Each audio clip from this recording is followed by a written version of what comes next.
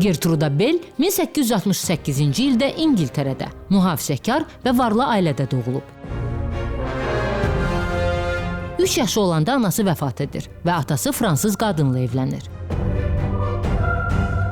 Analığı onun dostuna və böyük dəstəkçisinə çevrilir. Qadınların ali təhsil ala bilmədiyi dövrdə ilk dəfə qız tələbələr qəbul edən Oksfordda tarix üzrə tədris alıb. Gertruda qədim şərqlə ilk dəfə 1892-ci ildə Tehranda yaxın qohumu İngilis səfiri Frank Lascelles sayəsində tanış olur.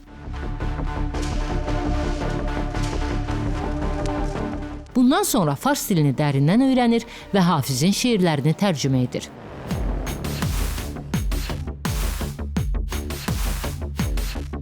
(1899-cu ildə Qüdsə səyahət edir və orada bir il yaşadıktan sonra ərəblərin həyat və adətlərinə böyük marağı yaranır. Bədəvi ərəblərin həyat tərzi və tayfaları haqqında bir çox məlumat əldə edir. O, ərəb və fars dilləri də daxil 8 dil bilirdi. Osmanlı bölgələrinə səyahətləri zamanı Anadolu və indiki İraqda arxeoloji zənginliklər onun diqqətini cəlb edir.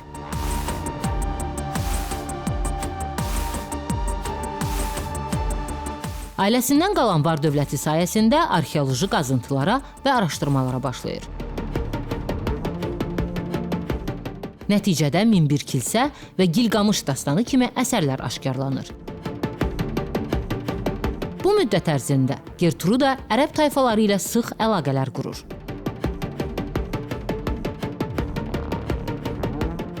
Həmin müddət ərzində onu ərəbcə mükəmməl bilən və bölgəni əla tanıyan erməni Mehdar Fartux müşayiət edirdi. Gertruda ən uzaq səhra bölgələrinə at çapar, bədəvi ərəb tayfaları ilə qorxmadan təmas qurardı. Bir dəfə hətta əsir alınma təhlükəsi də yaşayır. 1914-cü ildə Birinci Dünya müharibəsi başlayanda İngilis kəşfiyyatı bu təcrübələrinə görə Gertrudanı Misrə dəvət edir.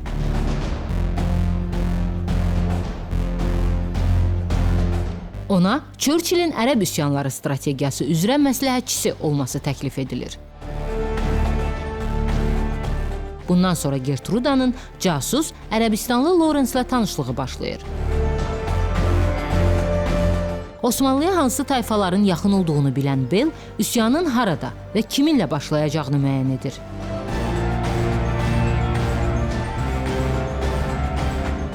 Onun təqdim etdiyi xəritələr sayəsində İngilislər Suriya başda olmaqla müharibədə bir çox cəbhə açırlar.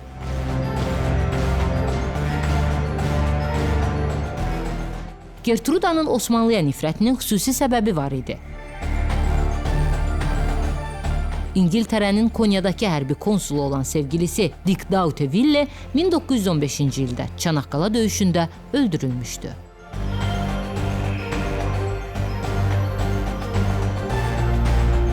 Gertruda yaxın şərqdə qurulan krallıq və kralların memarı idi. Lawrence'in bütün siyasi tələlərinin müəllifi olan Gertruda Bell yaxın şərqdə bir çox siyasi xəritəni xəttkeşlə özü çəkib.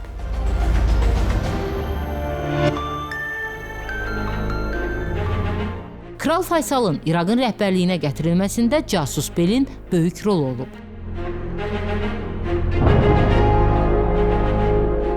Onların dostluğu 1919-cu ildə Paris Sülh Konfransı ilə başlayıb, lakin Faysalın qarşısında ən böyük maneə fransızlar idi. Onun ingilislərdən böyük dəstək almaq imkanını Gertruda təmin edir. 1921-ci ildə o zaman müstəmləkələrin məsələləri üzrə dövlət katibi olan Winston Churchill Gertrudanı Qahirə konfransına dəvət edir.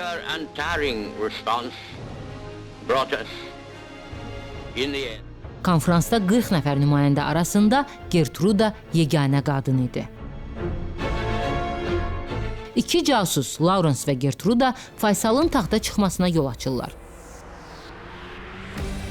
Bundan sonra İraqda vəzifə tutan Bell dövlətin ticarət, xarici siyasət məsələlərini müəyyən etməklə ön plana çıxır və İraqın ikinci şəxsinə çevrilir.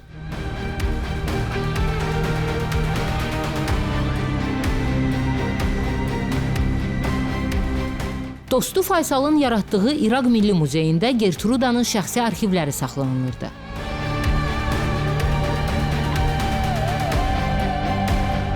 Gertruda həmin muzeyə direktor təyin edilmişdi.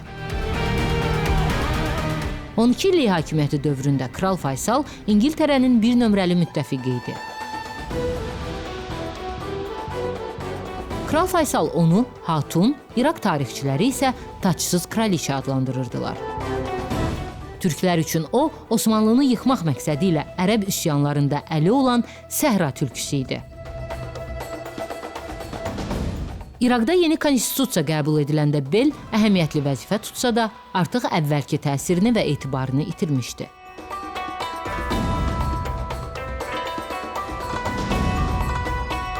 Bundan depressiyaya düşdüyü üçün özünü arxeoloji araşdırmalara həsr edir.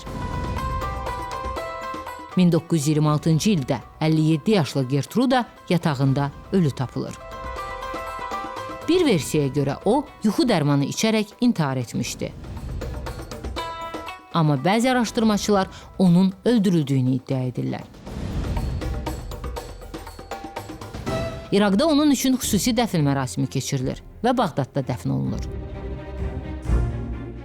I am a spy for no one but myself. 2015-ci ildə Beldən bəhs edən Nicole Kidmanın baş rolu canlandırdığı Səhra Kraliçası filmi çəkilib. And fire, claim me.